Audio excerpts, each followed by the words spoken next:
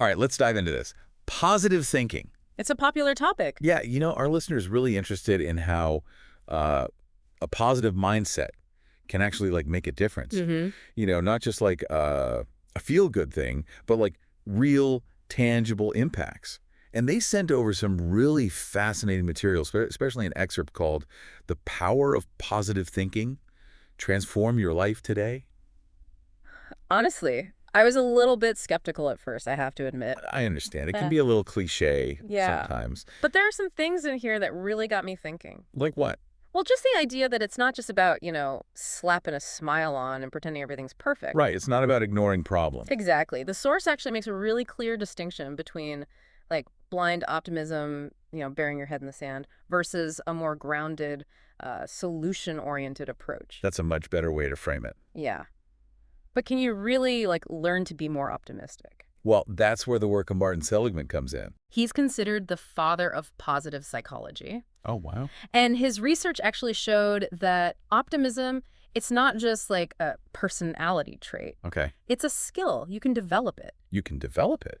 He called it learned optimism. Learned optimism. Okay. And it involves things like, becoming aware of those negative thoughts that pop up Mm-hmm. and then consciously challenging them, replacing them with more constructive ones. So it's not just about like, slapping a smiley face sticker on a problem. There are actual techniques involved. Absolutely. There's a process. This excerpt also mentioned Norman Vincent Peale. Oh, yeah, definitely. He's like a pioneer in this field. So how does he fit into all this?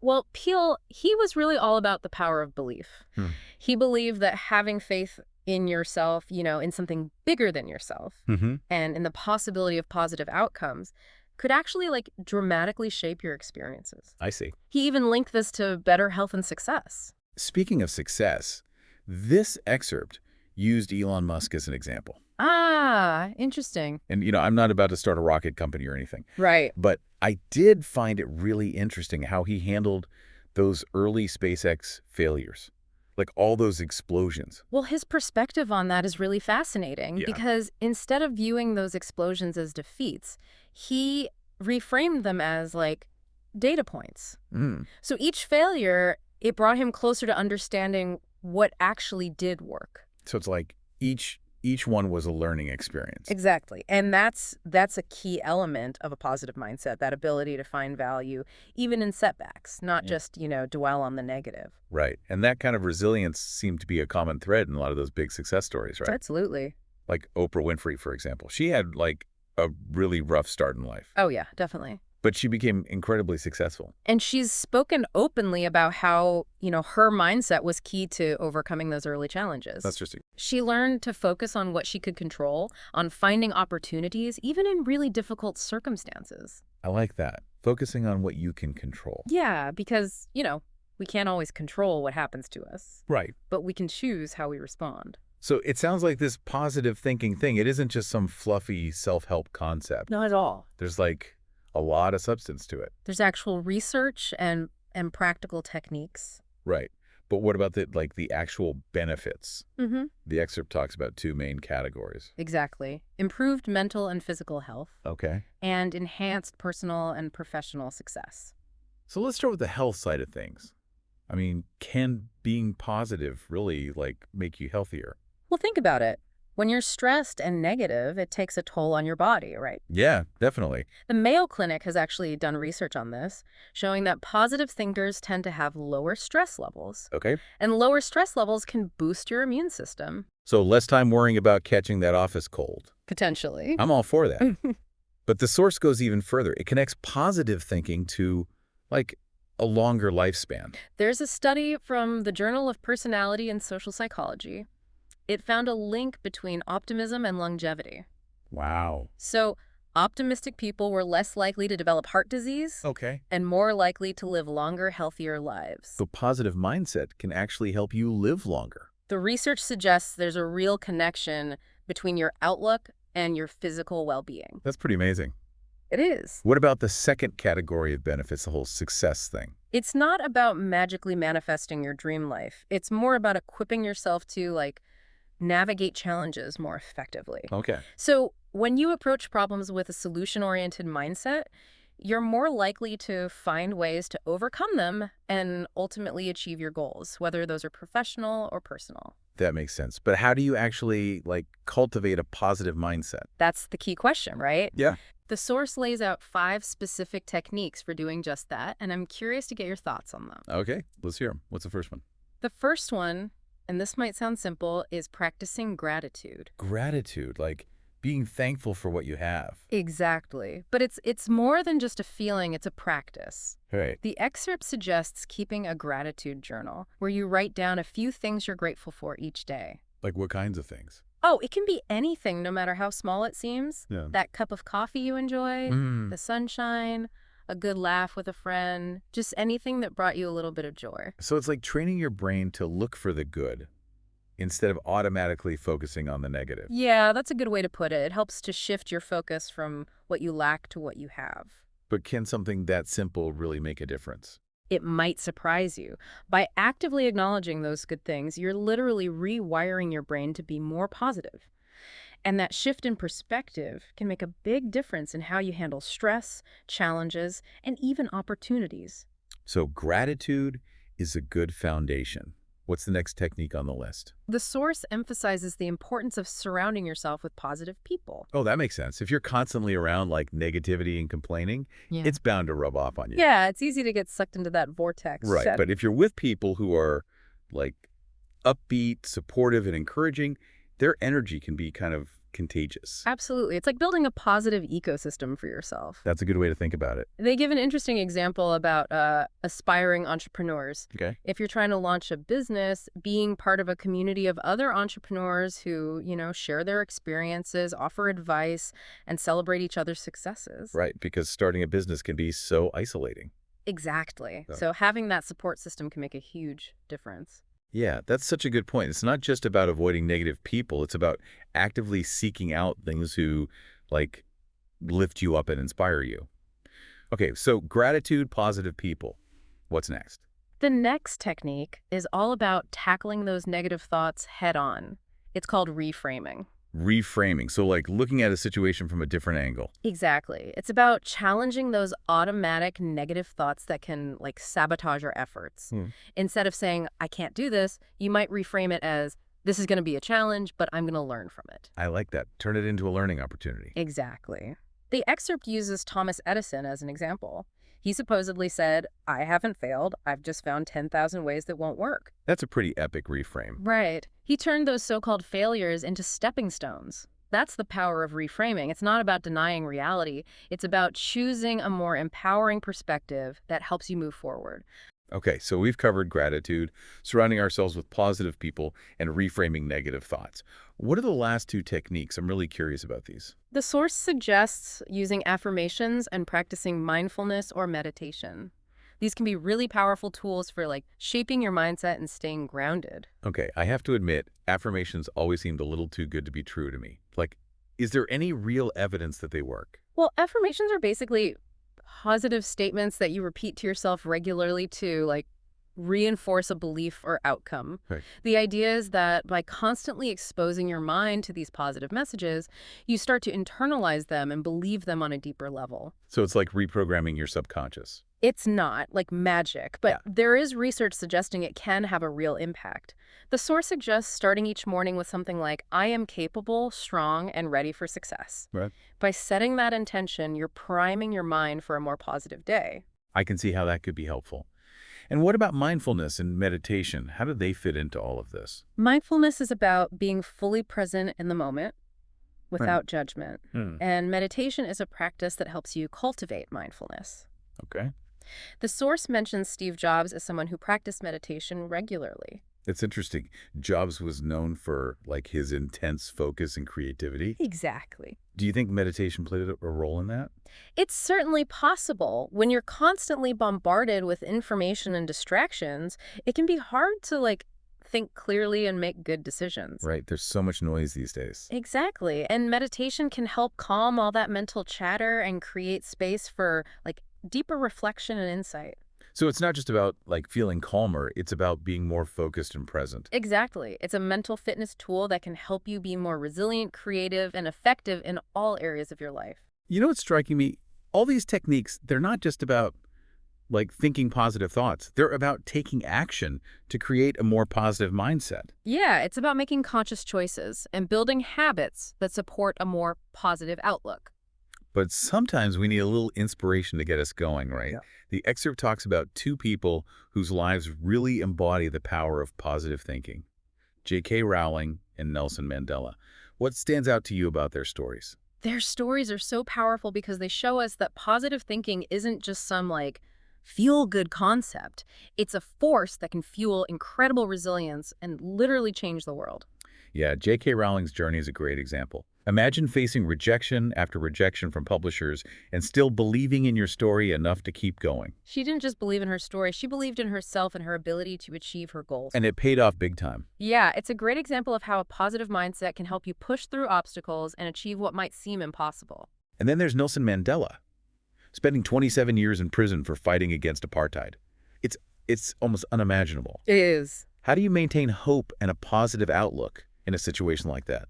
Honestly, Mandela's story is a testament to the human capacity for forgiveness, compassion, and the unwavering belief in a better future. He didn't just survive prison, he used it as a time for personal growth and to plan for a peaceful transition to democracy. Wow.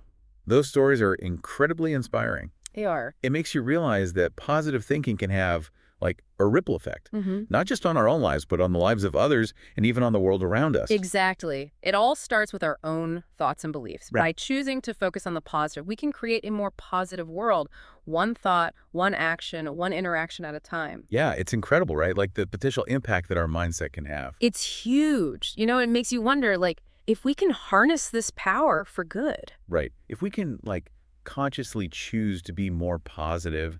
Exactly, because it's not about just waiting for good things to happen. It's about, like, actively creating those conditions. Just like taking responsibility for your own outlook. And the really exciting thing is that this isn't some, like, exclusive club. Right. Like anyone can learn this stuff. Absolutely. The power of positive thinking, it's available to all of us. It's not like some, special gift you're born with. Exactly. It's a set of skills, practices that we can all develop. And this is where the source gets really practical. You know, it offers advice on how to actually apply these ideas. Okay, so let's dive into that. What are some like key takeaways that our listener can start using today? Well, the source really emphasizes the importance of starting each day with a positive affirmation. So like setting an intention for the day. Exactly. Instead of letting your mind, just wander to worries or to-do lists, you consciously choose to focus on something positive and empowering. So instead of hitting that snooze button and like grumbling about Monday morning, you might say something like, today's going to be a great day. I'm going to make things happen. Exactly. You're priming your mind for a more positive experience. It might sound a little cheesy at first, I could see that. but over time, it can really make a difference. And what about when, challenges come up? Because let's face it, they always do. Oh, definitely. Life is full of challenges, and the source talks about having like a growth mindset in Yeah. those situations. A growth mindset. Yeah, it means viewing those challenges as opportunities for like learning and growth. Okay. Rather than as threats or failures, it's about embracing the process of, getting better, even when it's messy or uncomfortable. So instead of getting discouraged when things get tough, you kind of see it as a chance to grow. Exactly. It's about focusing on the potential for growth rather than like dwelling on the difficulty or the fear of failure. That makes sense. And of course, they talk about focusing on solutions rather than problems. That's a big one. It's so easy to get caught up in complaining or, worrying about what's wrong. Oh, yeah. But that doesn't actually move us forward, does it? By shifting our focus to potential solutions, we like empower ourselves to take action and create positive change. It's about being like proactive rather than reactive. Instead of saying, this is terrible, what am I going to do? You ask, okay, what are some possible ways to improve this? Exactly. It's about taking that mental energy that we could be spending on worry and channeling it into something constructive. Right, make that energy work for you. Yeah. And they also remind us about those like foundational practices we talked about earlier, gratitude and mindfulness. Those are so important. They're essential for, cultivating and maintaining a positive mindset over time. Yeah, gratitude helps us appreciate what we have, even when things are tough. Mhm. And mindfulness, it helps us stay present and like grounded amidst all the chaos. I like that, amidst the chaos, because let's face it, life can be pretty chaotic. Oh, definitely. I've been trying to incorporate those practices into my own life lately, and I have to admit, I am noticing a difference. That's great. I'm, like, less reactive to stress, and I'm finding myself appreciating those, small things more. That's fantastic to hear. It's a reminder that even small changes in our mindset and habits can have a really big impact. Yeah, it's not about, like, overhauling your entire life overnight. Exactly. It's about those consistent small steps that add up over time. This whole deep dive has been so eye-opening. I feel like I have a whole new toolkit for, approaching life's ups and downs. And remember, it's a journey, not a destination. There will be times when you slip back into like old thought patterns, and that's okay. Yeah, you're not going to be positive 24/7. Right. The key is to recognize it, be kind to yourself and just keep practicing those positive thinking techniques. It's like any skill. The more you practice, the better you become. Absolutely. And just like, you wouldn't expect to run a marathon without training. You can't expect to master positive thinking overnight. Makes sense. It takes consistent effort and a willingness to challenge those like old ingrained thought patterns. This has been such an inspiring and thought-provoking conversation. I've really enjoyed it. Thank you so much for taking the time to share your insights with us. Before we wrap things up, I want to leave our listener with a final thought. Okay, I like it.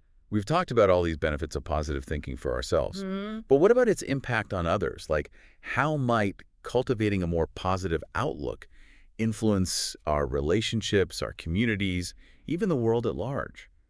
It's something to consider as you continue exploring this topic. That's a really interesting question to think about. It kind of reminds me of that saying, a rising tide lifts all boats. I like that. If we're each, putting in the effort to be more positive, does that create like a ripple effect that benefits everyone? It's an intriguing idea. If positive thinking can really impact our own health and well-being, it makes sense that it could also have a positive influence on like how we interact with others. Right? Because when you're in a good mood, you're more likely to be, you know, patient, understanding, helpful. Exactly. And on the flip side, when you're stressed out negative, it's easy to kind of take it out on the people around you, even if you don't mean to. Oh, yeah, for sure. It's like See, that negativity can be contagious. exactly. So by, consciously choosing to cultivate a more positive mindset, we're not just doing ourselves a favor, we're actually contributing to a more positive environment for everyone. Right. It's like we're all connected in a way. It makes me think about those studies on, social connections and how they impact happiness and longevity. Right. If we're all bringing a more positive energy to our relationships, it seems like that could have a real impact on our, like, collective well-being. It's like a positive feedback loop. Exactly. And it raises a really interesting question. Could a more widespread, embrace of positive thinking actually shift the overall energy of society, like in a more hopeful and constructive direction? That's a big question, but it's a really exciting one to consider. It is. It makes you realize that this isn't just about, personal development. It's about tapping into a power that has the potential to create positive change on a much larger scale. And it starts with each of us. Right. Exactly. By choosing to, focus on the good, to believe in ourselves and others, and to approach challenges with that solution-oriented mindset, we're not just improving our own lives, but we're contributing to a more positive and hopeful future for everyone. I love that. Well, this has been an incredibly inspiring and thought-provoking deep dive. Thank you so much for joining me on this exploration of positive thinking. We hope you've gained some valuable insights and practical tools to start creating a more positive and fulfilling life. It's been a pleasure. And remember, it's a journey. Be patient with yourself. Celebrate those small wins and keep practicing. The more you nurture that positive mindset, the more it will become your default setting, and the more you'll experience its power in all areas of your life. Absolutely. Yeah. Until next time, keep those positive vibes flowing.